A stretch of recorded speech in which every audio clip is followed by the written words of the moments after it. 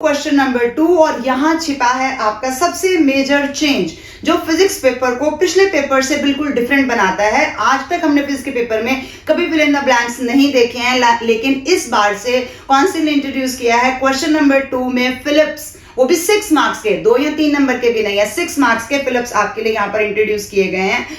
Hello viewers, I am Deepti. Surprisingly, Council has released specimen paper for ICSE as well as ISC for the year 2025. It is so early, in the month of May, 17th May, we have received this paper. So can you imagine why it is so early? क्यों इतना जल्दी इस बार दिया गया है? Almost 2 months earlier than the previous year's concept. So इसीलिए ताकि आप इन स्पेसिमेन पेपर्स को अच्छे से स्टडी कर पाएं, एनालिसिस कर पाएं और फिर इसके अकॉर्डिंगली आप प्रिपेयर कर पाएं, आपकी टीचर्स आपको इसके अकॉर्डिंगली प्रिपेयर करवा पाएं। तो पेपर में कुछ क्वेश्चंस हैं जो बहुत ट्विस्टेड हैं, एनालिटिक क्वेश्चंस हैं, लॉजिकल रीजनिंग बेस्ड क्वेश्चंस हैं। तो अब हम ये स्पेसिमेन पेपर डिस्कस करने जा रहे हैं और आई होप आप भी ये स्टार्टिंग से ही प्रैक्टिस करेंगे ताकि इस तरह के क्वेश्चंस अगर आप पहले से प्रैक्टिस करते आएंगे तो आपको फाइनल पेपर के टाइम प्रॉब्लम नहीं आएगी। So today I am going to discuss physics specimen paper ICSE for the year 2025 and starting with section A. In section A, as usual, you have similar pattern like previous year. All the questions are compulsory, and in section B, you have to attempt 4 questions. So question number 1, 15 MCQ. Similar pattern is there. First is a moment of couple has a tendency to rotate the body in an anti-clockwise direction. Anti-clockwise direction. Then the moment of couple is taken as. आपका first chapter first paragraph में ही answer है। Positive, negative, maximum, zero. क्या होगा इनमें से? Positive होगा। और इस बार नई बात क्या है कि काउंसिल ने साथ में आंसर की भी रिलीज की है। तो आंसर की रिलीज होने से आप अपने आंसर्स को भी इजीली टैली कर सकते हैं। फिर आप कहेंगे कि आप वीडियो क्यों बना रहे हैं? उन आंसर्स की एक्सप्लेनेशन के लिए मैं ये वीडियो बना रही हूँ क्योंकि उसमें सिर्फ आंसर्स हैं, उनके पीछे का रीजन नहीं है। और आपके लिए रीजन को जानना ज्यादा इंपॉर्टेंट है बजाय कि आप आंसर को जाने। तो आंसर से ज्यादा रीजन, क्योंकि वहां सेम क्वेश्चन नहीं रहेगा, लेकिन अगर आपको रीजन या लॉजिक समझ आ जाएगा क्वेश्चन के पीछे तो आप क्वेश्चन पेपर को इजीली इंटरप्रेट कर पाएंगे फाइनल पेपर के टाइम पे। Next is the kinetic energy of A given body depends on the. Kinetic energy किस पे डिपेंड कर रही है? Position, centre of gravity of the body, momentum and displacement. अब पोजीशन पे काइनेटिक तो नहीं करती, पोटेंशियल करती है। सेंटर ऑफ ग्रेविटी नहीं। मोमेंटम पे काइनेटिक एनर्जी डिपेंड करती है। What is the relation between kinetic energy and momentum?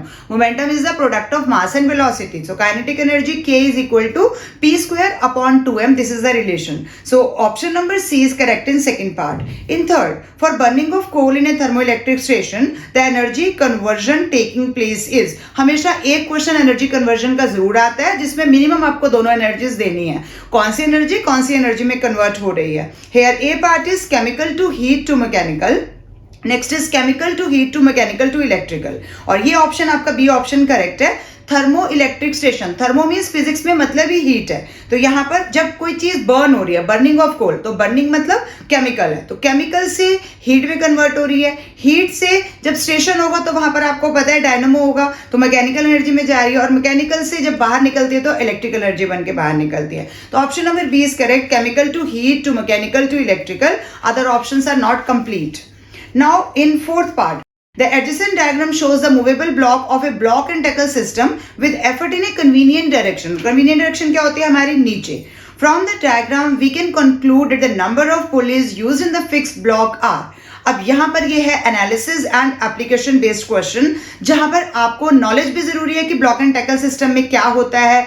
Lower block में ईदर लेस और इक्वल नंबर ऑफ पुलीज हो सकती हैं। तो हमें क्या कहा गया? एक पुली दिखाई गई है, एक पुली लोअर ब्लॉक में है। तो अब हम क्या इमेजिन कर सकते हैं कि उसने क्या पूछा? Number of pulleys use in the fix block, यानी अपर ब्लॉक में कितनी नंबर ऑफ पुलीज होंगी। तो नीचे वाले ब्लॉक में उससे ज्यादा तो हो नहीं सकती, कम हो सकती हैं, तो कम हो गई यानी 1 हो गया। अब उसने क्या कहा? Convenient direction.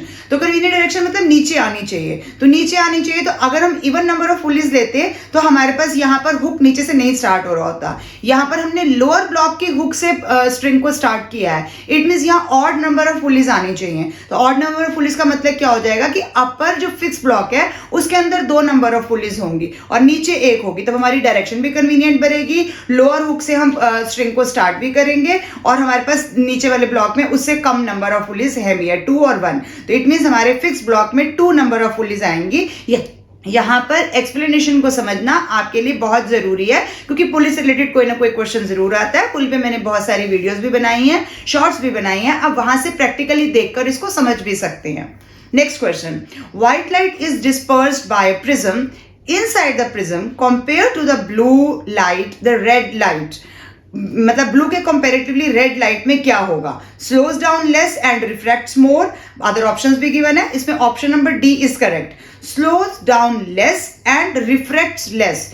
क्यों? उसने बोला as compare to blue light red light. अब आपको पता है रेड लाइट का लैम्डा यानी वेवलेंथ कितनी होती है? 8000 आर्मस्ट्रॉन्ग यानी मैक्सिमम होती है। सो डेविएशन उसकी क्या हो जाती है? लीस्ट हो जाती है। जिसकी वेवलेंथ ज्यादा है डेविएशन कम हो जाएगी, सो वो डेविएट लीस्ट करेगी। इसका मतलब उसकी स्पीड डिक्रीजेस विद वेवलेंथ। तो स्पीड डिक्रीज होगी वेवलेंथ के साथ, तो हमारा डी ऑप्शन करेक्ट होगा, स्लोज डाउन लेस, एंड इसीलिए रिफ्रैक्शन भी लेस, तो refracts less. Next is an endoscope uses optic fiber to transmit high resolution images of internal organ without loss of information. The principle of light that is used by the optic fiber is based on refraction, reflection, scattering and total internal reflection. तो आपको पता है ये phenomena total internal reflection पे depend है, तभी हमारे optical signals आगे जा पाते हैं। Now in part number 7, a convex lens of focal length 12 cm. Convex lens है यहाँ पर हमारे पास, इसकी फोकल लेंथ 12 सेंटीमीटर दी गई है। इट मींस ये डिस्टेंस 12 सेंटीमीटर है, यहाँ पर आपके पास f है। With an object at a distance of 20 centimetre in front of the lens. तो अगर 12 है फोकल लेंथ तो इट मींस 2f हमारा क्या हो जाएगा? यहाँ से यहाँ तक का टोटल डिस्टेंस 24 सेंटीमीटर हो जाएगा। But object is place 20 at a distance of 20 centimetre. तो 20 सेंटीमीटर पे यहाँ ऑब्जेक्ट है, ये ए भी हमने प्लेस कर दिया। इट मींस हमारी पोजीशन ऑब्जेक्ट की क्या है? In between F and 2f। यहाँ पर हमने ऑब्जेक्ट रख दिया 20 सेंटीमीटर पे। He obtains a blurred image on the screen place at a distance of 23 centimetre in front of the lens. पहली बात तो फ्रंट ऑफ द लेंस पे तो इमेज ही नहीं मिलेगी। हमें इमेज कहाँ मिलेगी? यहाँ पर रियल इमेज होनी है, रियल और इन्वर्टेड इमेज आएगी तो हमारी इस साइड में आएगी, बिहाइंड द लेंस आएगी। इन front of the lens 23 centimetre. But अगर हम 23 सेंटीमीटर पे भी रख रहे हैं, आपको पता है इस तरफ हमारा f हो गया और ये 2f हो गया। Whenever object is placed in between f and 2f, तो image is formed beyond 2f, beyond 2f, यानी कि हमारा 2f से उधर जाने पे आएगा। स्क्रीन कहाँ प्लेस किया गया है? 23 सेंटीमीटर पे यहाँ पर स्क्रीन प्लेस किया गया है। तो स्क्रीन की जो डिस्टेंस है वो 23 सेंटीमीटर दिया गया है, इसीलिए ब्लर्ड इमेज मिल रही है। और अगर हमें उसको ठीक करना है तो हमें बियॉन्ड 2f यानी हमें उस तरफ लेके जाना है। तो ये आपका इस क्वेश्चन की एक्सप्लेनेशन है। In order to obtain the clear image he has to move the screen towards the lens, तो वो 23 के और पास आ जाएगा। Away from the lens is the correct option, क्योंकि अवे फ्रॉम द लेंस यानी और दूर लेके जाएगा तभी हमें क्लियर इमेज मिलेगी, क्योंकि क्लियर इमेज बननी ही f और 2f के बीच में जब भी ऑब्जेक्ट होगा तो बियॉन्ड 2f ही हमारे पास इमेज बनेगी, जो कि रियल होगी, इन्वर्टेड होगी, मैग्नीफाइड भी होगी इस केस में। Next is assertion reasoning question. Infrared radiations travel long distance through a dense fog and mist. आप सबको पता है ये करेक्ट है। Reason is infrared radiations undergo minimal scattering in Earth's atmosphere. क्यों स्कैटरिंग कम होती है? मिनिमम स्कैटरिंग क्यों होती है? बिकॉज लॉन्ग वेवलेंथ, जिसकी भी लॉन्ग वेवलेंथ होगी, स्कैटर्ड लीस्ट, तो इसकी वेवलेंथ लॉन्ग है। क्यों? Because intensity of scattering is inversely proportional to, scattering की जो भी हम इंटेंसिटी लेते हैं is inversely proportional to lambda power 4। Wavelength की पावर 4 पे इनवर्सली है, तो अगर वेवलेंथ इंक्रीज हो जाएगी तो स्कैटरिंग कम हो जाएगी। तो लॉन्ग वेवलेंथ है, इट्स स्कैटर्ड लीस्ट। यहाँ पर ये रीजन हमें माइंड में याद रखना है, क्योंकि अल्ट्रासोनिक और इंफ्रारेड रेडिएशन में से एक क्वेश्चन हर बार पेपर में आएगा ही आएगा। तो here option number A is correct. Both A and R true and R is the correct explanation of A. Next is two sound waves x and y have the same amplitude and same wave pattern, but their frequencies are different, 60 Hz and 120 Hz. And we all know frequency पे क्या depend करता है? Pitch. Then x will be shriller and y will be grave? नहीं, उसने बोला 60। एक की frequency 60 hertz है और दूसरे की 120 हर्ट्ज है, तो किसकी श्रिल होगी? 120 वाले की होगी। तो यहाँ पर हमें ये x है और ये y है, तो कौन सा ऑप्शन नंबर करेक्ट बन रहा है? B option is correct. x is grave, x will be grave and y will be shriller. तो अंडरस्टैंडिंग बेस्ड सिंपल क्वेश्चन है। Now in 10th part again आपको थोड़ा सा यहाँ पर ड्रॉ करके उसको समझना है डायग्राम को, कि किस तरह से वो बताना चाह रहा है आपको। यहाँ पर हमें वी आई ग्राफ दिया गया है, V on Y axis and I on X axis, और हमको 4 अलग अलग मटेरियल्स के लिए ग्राफ दिए गए हैं, उनके नाम P, Q, R and S हमने ले लिए.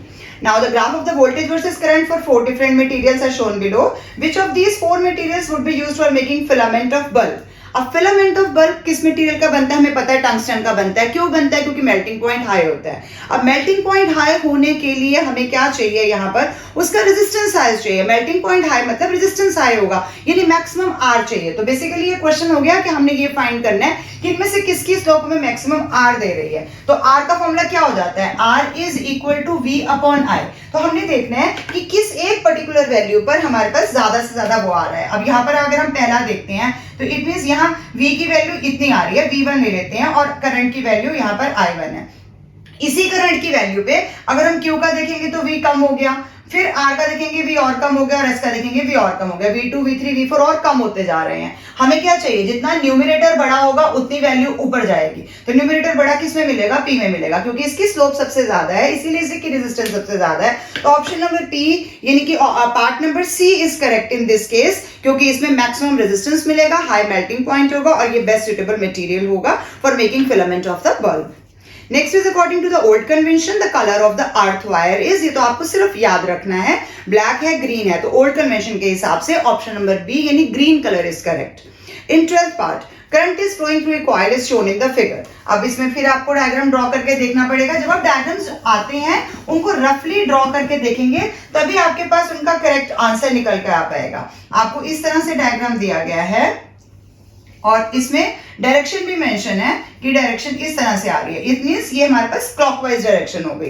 तो क्लॉकवाइज डायरेक्शन के लिए current is flowing through the coil is shown in the figure. Which one of the given figures will correctly depict the magnetic polarity and direction of the lines of force along the axis of the coil. अगर आप पहला figure देखेंगे तो 2 arrows बाहर जा रहे हैं, लेकिन एक एरो फिर आपका इस तरफ से आ रहा है. इट मींस बाहर की तरफ आपको दे रहा है. तो साउथ पोलैरिटी है, तो क्लॉकवाइज अगर ये इस तरह से जा रहा है इट मींस ये साउथ पोलैरिटी आनी चाहिए. तो यहाँ पर पहली बात तो साउथ है, साउथ मींस क्लॉकवाइज हो गया. तो साउथ में क्लॉकवाइज के लिए कौन सा डायग्राम आपको पूरा यहाँ पर करेक्ट आंसर दे पा रहा है, this is option number C.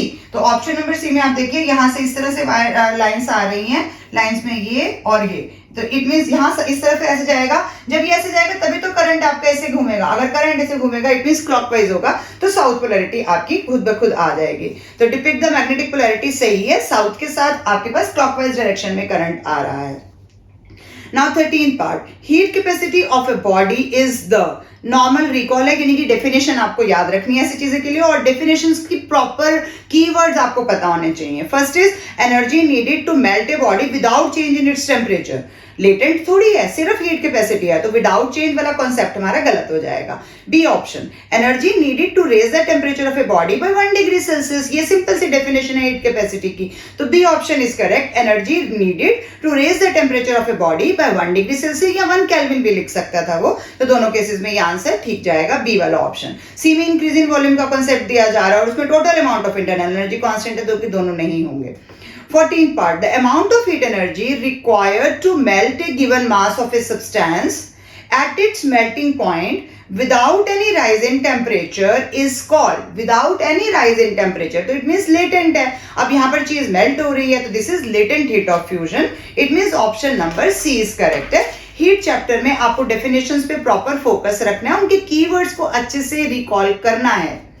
Last MCQ is a nucleus has an atom. Nucleus of an atom consist of 146 neutron. तो न्यूट्रॉन्स हमें 146 दिए गए हैं and protons is 95. It decays after emitting an alpha particle. How many protons and neutrons are left in the nucleus after an alpha emission? तो जब भी आपको पता है अल्फा एमिट हुआ इट मींस 2He4.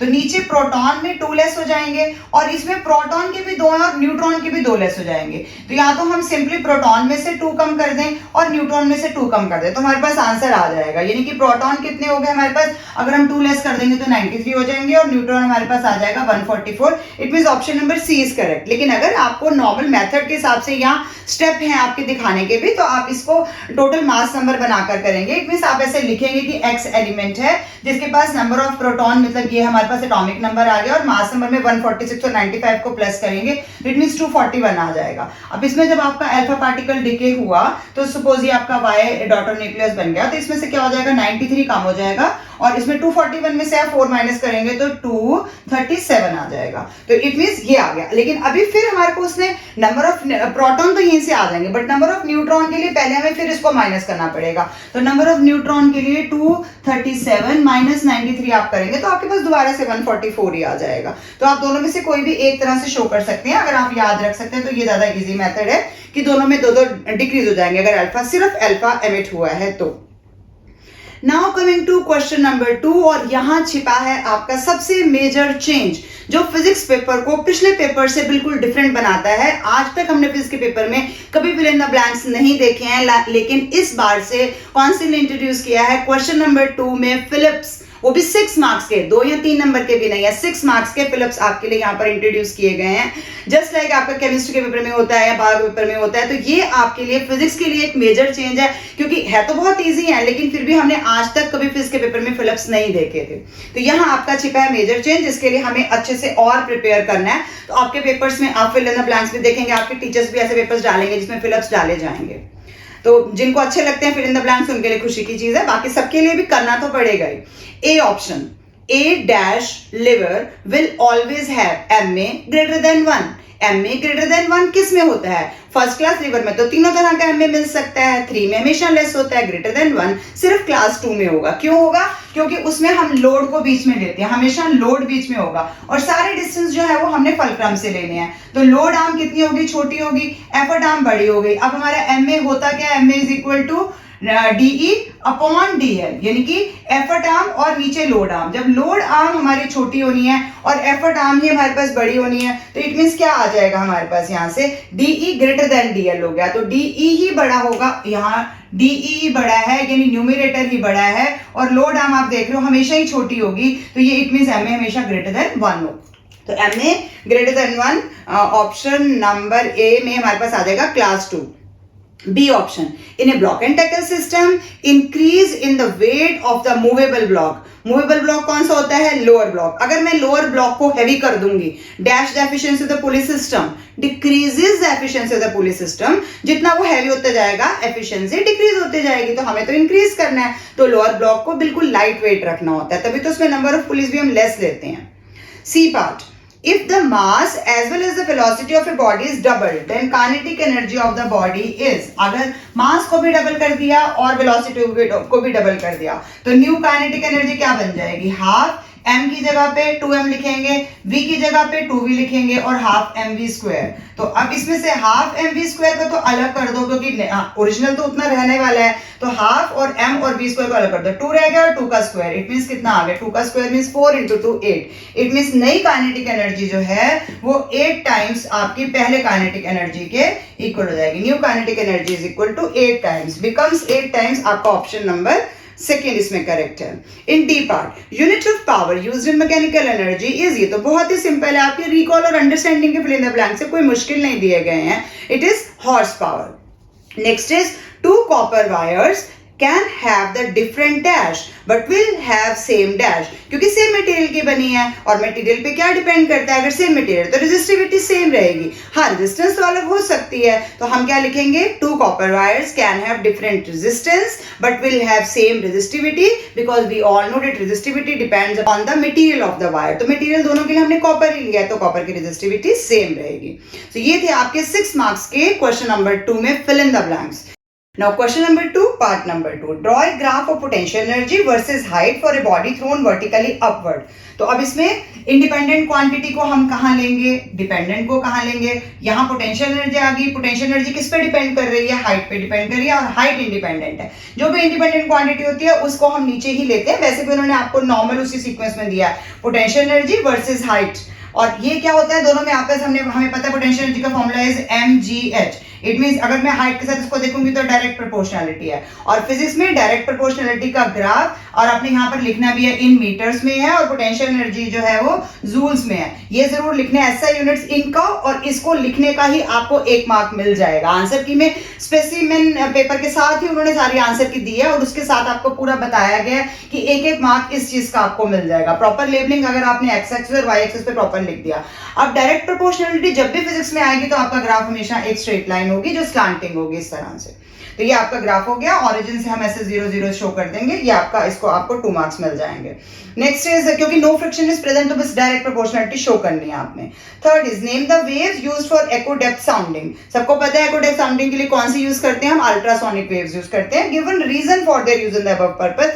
क्यों हम यूज कर रहे हैं? Because they travel undeviated for a long distance, they are not easily absorb by the medium, और can be confined to a narrow beam. आप कोई भी एक रीजन इनमें से दे सकते हैं। Now coming to question number 3 part 1, refer to the diagram given below. A lens with 2 different refractive indices, mu1 and mu2. If the rays are coming from a distant object, then how many images will be seen? अगर distant object से raise आ रही हैं तो हम सबको पता है convex lens है, कन्वर्ज कर रहा है तो कहां लाएगा उनको? फोकस पे, क्योंकि पैरेलल आ रही है प्रिंसिपल एक्सिस के तो फोकस पे मीट करेंगी। लेकिन how many images will be seen? अगर तो ये दोनों म्यू रिफ्रैक्टिव इंडेक्स सेम होते तो फोकस पे मीट करती, एक ही इमेज बनती, बट क्योंकि डिफरेंट रिफ्रैक्टिव इंडेक्सेस हैं तो हमें यहाँ पर क्या रीजन देना पड़ेगा? How many images will be seen, कितनी हो जाएंगी? क्योंकि 2 अलग अलग रिफ्रैक्टिव इंडेक्सेस हैं तो 2 images will be seen. But how, हम इसको थोड़ा सा एक्सप्लेन अपने लिए कैसे करेंगे? Because focal length of a lens depends on refractive index. तो क्या होगा? Focal length increases with decrease in the refractive index. अगर रिफ्रैक्टिव इंडेक्स कम ज्यादा होगा तो फोकल लेंथ भी उसके अकॉर्डिंगली चेंज करेगी। दोनों में इनवर्स रिलेशन है, फोकल लेंथ इंक्रीज होती है, रिफ्रैक्टिव इंडेक्स डिक्रीज होता है। तो इतना आपने याद रखना है। अब इन्होंने क्योंकि मेंशन नहीं किया रिफ्रैक्टिव इंडेक्स किसका ज्यादा किसका कम है, तो किसी की इमेज यहां बन जाएगी, किसी की इमेज यहां बन जाएगी। दोनों में से अगर मेंशन होता तो हम बता देते कि यहां पर F1 की बनेगी, यहां पर F2 की, और अभी आगे क्वेश्चन में वो चीज भी आ जाएगी। Next B part. A glass lens always forms a virtual, erect and diminished image. अब virtual और diminished का combination कहाँ होता है? सिर्फ और सिर्फ concave lens में। Of an object kept in front of it, identify the lens. तो simple answer is concave lens. ये तो आपको चैप्टर पढ़ने के साथ ही पता चल जाता है। Now in second part.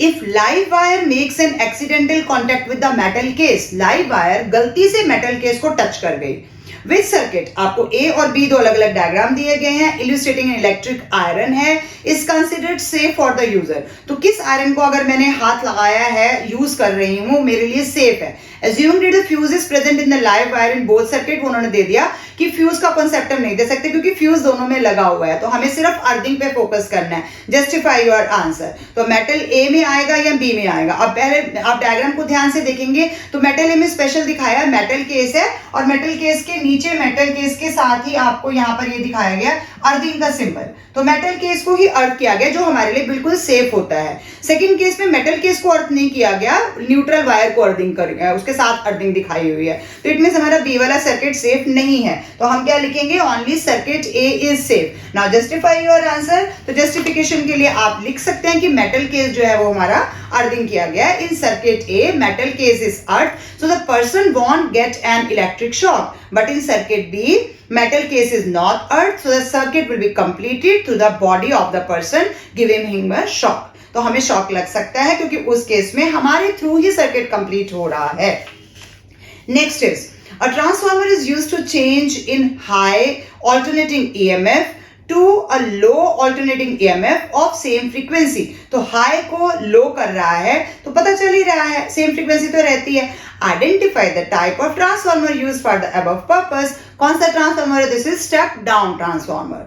State whether the turns ratio of the above transformer is equal to 1, greater than 1 और लेस देन 1। इनमें से कौन सा आएगा? तो इनमें से कौन सा ट्रांसफॉर्मर हम इसके अंदर यूज कर रहे हैं? Step down. तो स्टेप डाउन ट्रांसफॉर्मर के लिए अब टर्न्स रेशियो पूछा गया। Turns ratio means ES upon EP, या फिर ES मींस उसका EMF कितना है सेकेंडरी और प्राइमरी कॉइल का, या फिर नंबर ऑफ टर्न सेकेंडरी और प्राइमरी कॉइल में कितनी है। अब हमें पता है कि इस केस में अगर हम स्टेप डाउन ट्रांसफार्मर यूज कर रहे हैं तो ES की वैल्यू लेस देन EP आएगी, नंबर ऑफ सेकेंडरी कॉइल्स जो होंगी वो कम हो जाएंगी, तो इसमें नंबर ऑफ NS भी हमारा NP से कम आएगा। इट मींस यहाँ पर आप ध्यान से देखिए कि ये हमारा ऊपर है, ये नीचे है, यानी हमारे पास क्या आ जाएगा, प्राइमरी में हमारे पास ज्यादा है और सेकेंडरी छोटी है, यानी कि न्यूमरेटर छोटा और डिनोमिनेटर बड़ा है। इट मींस आंसर हमेशा हमारे पास लेस देन 1 आएगा, तो N का आंसर लेस देन 1, ये हमारा ऑप्शन इसमें करेक्ट हो जाएगा। In fourth part, a solid of mass 60 gram, solid का मास 60 ग्राम गिवन है at 100 degree Celsius is placed in 150 gram of water at 20 degree Celsius। तो यहाँ पर सॉलिड हो गया, इस तरफ मास हो गया, mass of water is given as 150 gram और इसका टेम्परेचर आपको दिया गया है 20 डिग्री सेल्सियस और सॉलिड का टेम्परेचर इज 100 डिग्री सेल्सियस।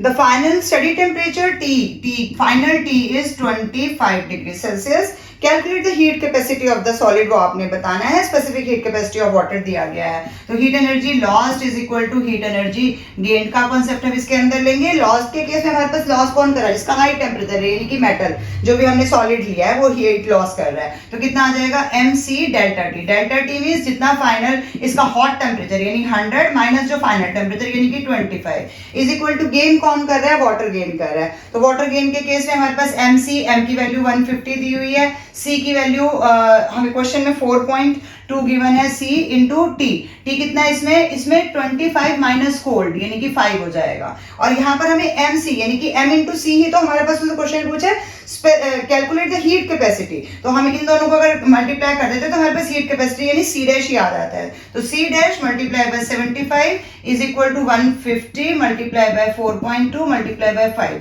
तो यहाँ से C डैश की वैल्यू आ जाएगी, 75 को नीचे लाके मल्टीप्लाई करेंगे, आपके पास आंसर 42 जूल पर केल्विन आपके पास इसमें आंसर आ जाएगा। तो नॉर्मल आपका चैप्टर की अंडरस्टैंडिंग जरूरी है, रिकॉल जरूरी है, फॉर्मूला याद रहना चाहिए, यूनिट्स चेक कर लेने हैं कि यूनिट्स किस किस में दिए गए हैं, तभी आप इनको अप्लाई कर सकते हैं। आपका पहला मार्क इस स्टेप पे आपको मिलता है जब आप सही वैल्यूज के अंदर सब्स्टिट्यूट कर देते हैं। 2 मार्क का क्वेश्चन है, पहला नंबर ही वहीं उसी पॉइंट पे मिलेगा यहाँ पे। So in part number 5, name the principle of AC generator. It is electromagnetic induction. वैसे डेफिनेशन नहीं पूछी क्योंकि उसने नेम पूछा है, तो 1 मार्क के लिए आपको नेम देना है, बट आपको पता होना चाहिए if there is change in magnetic flux linked with the coil and EMF is induced। तो बस इतना सा आपने देना है। In B part state its one use, तो आपने कोई भी एक यूज आप इसके अंदर दे सकते हैं जो कि आपको आंसर की में दिया गया। It is used as a backup for the lifts in tall buildings in case of electricity failure, और आपको आपके स्कूल में जब लाइट जाती है तब भी बैकअप देता है, हाउसेस में भी देता है, तो आप कोई भी एक यूज दे सकते हैं। इन 6 part name the radiations that are emitted during the decay of a nucleus which has highest penetrating power। तो highest penetrating power हमें पता है किसकी होती है, गामा रेडिएशंस की। Does the emission of the above mentioned radiation, ये gamma जब निकलेंगी result in a change in the mass number, तो गामा के निकलने से मास नंबर में कोई चेंज नहीं आएगा, तो we will simply write no change। Next is 7th part, figure A shows, ये आपका फिगर है, यहां तक आपका फिगर है और उस तरफ फिगर भी हो जाएगा। Illustrate the correlation between the number of protons X axis पे लिए गए हैं और number of neutrons on the Y axis for element A, B, C, D and E। ये आपके पास 5 एलिमेंट्स दिए गए हैं in the periodic table. These elements are denoted by the letters rather than their conventional symbol। ये कोई symbol नहीं हमने यूज किए हैं, मतलब C कार्बन नहीं है, C is just an element। When the element C depicted in the graph, यहाँ पर ये C element दिखाया गया है, undergoes radioactive decay, it releases radioactive rays। decay हो रहा है तो radioactive rays निकलेंगी। When these rays are directed into the plane of paper, directed into the plane of paper means अंदर की तरफ जा रही हैं, into the plane of the paper in the presence of magnetic field। Magnetic field दिखाया गया आपको, north south means ये बार मैग्नेट का नॉर्थ, आपको मैग्नेटिक फील्ड ही दिखाया गया है as depicted in figure B, उस तरफ वाला। They experience deflection causing them to move upward, और अभी कहाँ आ रही है, डिफ्लेक्शन अपवर्ड आ रही है। तो when these rays are directed into the plane of paper, यानी इन रेज को जब डाला गया तो इट मीन्स क्वेश्चन क्या पूछा गया, name the radioactive radiation emitted by the element C, यानी कि जब ये जो एलिमेंट है इसके निकलने से कौन सी रेडियो एक्टिव रेडिएशंस निकल रही हैं। तो यहाँ पर हमें थोड़ा सा चेक करना पड़ेगा फ्लेमिंग्स लेफ्ट हैंड रूल लगा करके। तो फ्लेमिंग्स लेफ्ट हैंड रूल जब भी हम अप्लाई करते हैं, this finger shows magnetic field, और वो नॉर्थ से साउथ की तरफ होता है। तो ये हमारा नॉर्थ है, साउथ है, इतनी हमारा ऐसे आ जाएगा, और ये फिंगर हमारे को करंट की डायरेक्शन दिखाती है, और ये हमारे को मोशन बताएगी। तो मोशन इसमें क्या बताया आपको, डिफ्लेक्टेड अपवर्ड है। तो upward deflect current mutually perpendicular है, ऑल आर म्यूचुअली परपेंडिकुलर। तो ये नॉर्थ, ये मैग्नेटिक फील्ड हो गया, ये डिफ्लेक्शन हो गई। तो इट मींस हमारा जाना कहाँ चाहिए, करंट की डायरेक्शन नीचे जानी चाहिए। बट उसने अपने हिसाब से क्या किया, into the plane of paper. अब करंट की डायरेक्शन नीचे जा रही है, लेकिन इनके हिसाब से into the plane of paper जा रही है, यानी कि इसके साथ नहीं है, करंट की डायरेक्शन के अपोजिट डायरेक्शन में है। तो वी ऑल नो कि हमारी कन्वेंशनल डायरेक्शन जो करंट की होती है, आई जिसको हम लेते हैं करंट की डायरेक्शन, जो इलेक्ट्रॉन्स होते हैं उसकी डायरेक्शन इसके बिल्कुल अपोजिट होती है। तो इट मींस ये डायरेक्शन जो हम यहाँ पर देख रहे हैं वो इलेक्ट्रॉन्स की डायरेक्शन है। और इलेक्ट्रॉन्स अगर हम रेडिएशंस की बात करेंगे अल्फा बीटा गामा में से, तो बीटा रेडिएशंस को ही शो करती है, क्योंकि हमें पता है कि अगर हाई स्पीड से इलेक्ट्रॉन्स एमिट हो रहे हैं, इसका मतलब यह है कि वो बीटा इलेक्ट्रॉन्स है। तो हम यहाँ क्या समझेंगे, conventional direction of current is opposite to the direction of electrons. तो यहाँ पर कौन सी रेडिएशन इमिट हो रही है, तो ए पार्ट में हमारा आंसर आ जाएगा बीटा, क्योंकि बीटा इलेक्ट्रॉन्स ही होते हैं। तो इलेक्ट्रॉन्स जब हाई स्पीड से न्यूक्लियस में से निकल रहे हैं तो वो चीज बीटा है। Now identify the daughter element from the graph. अब डॉटर एलिमेंट को समझने के लिए हमें थोड़ा सा और दिमाग लगाना पड़ेगा।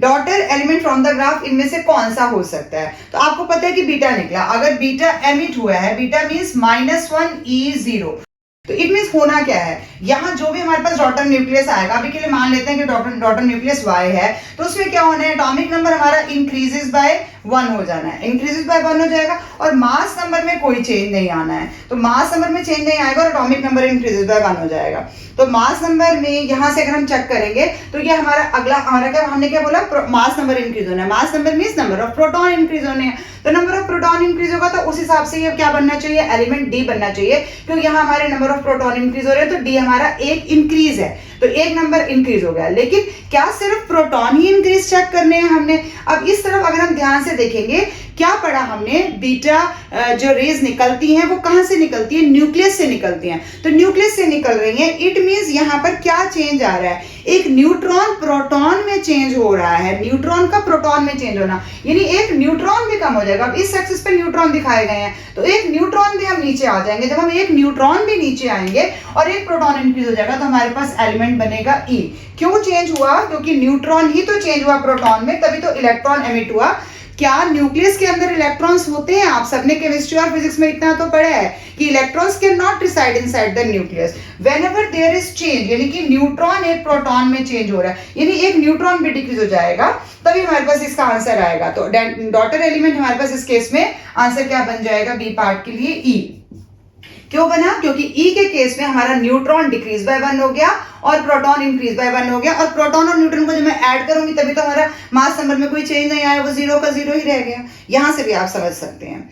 इन C part name the law used to identify the radioactive radiations emitted by the element. तो सिंपल एप्लीकेशन बेस्ड क्वेश्चन था, आपको पता है फ्लेमिंग्स लेफ्ट हैंड रूल हमने यहाँ पर अप्लाई करना है जब भी हमें डिफ्लेक्शन की डायरेक्शन आइडेंटिफाई करनी है, या करंट का पता लगाना है, या मैग्नेटिक फील्ड, तीनों चीजें हैं और कहीं भी इंड्यूस्ड वर्ड नहीं है, तो इट मींस ये हमारा इसका फ्लेमिंग्स का लेफ्ट हैंड रूल ही अप्लाई करना होता है। With this, section A is over and I conclude my today's video. Hope you have understood all the explanations given by me. Thank you for watching till the end. Keep watching, sharing and subscribe to my channel. Thank you.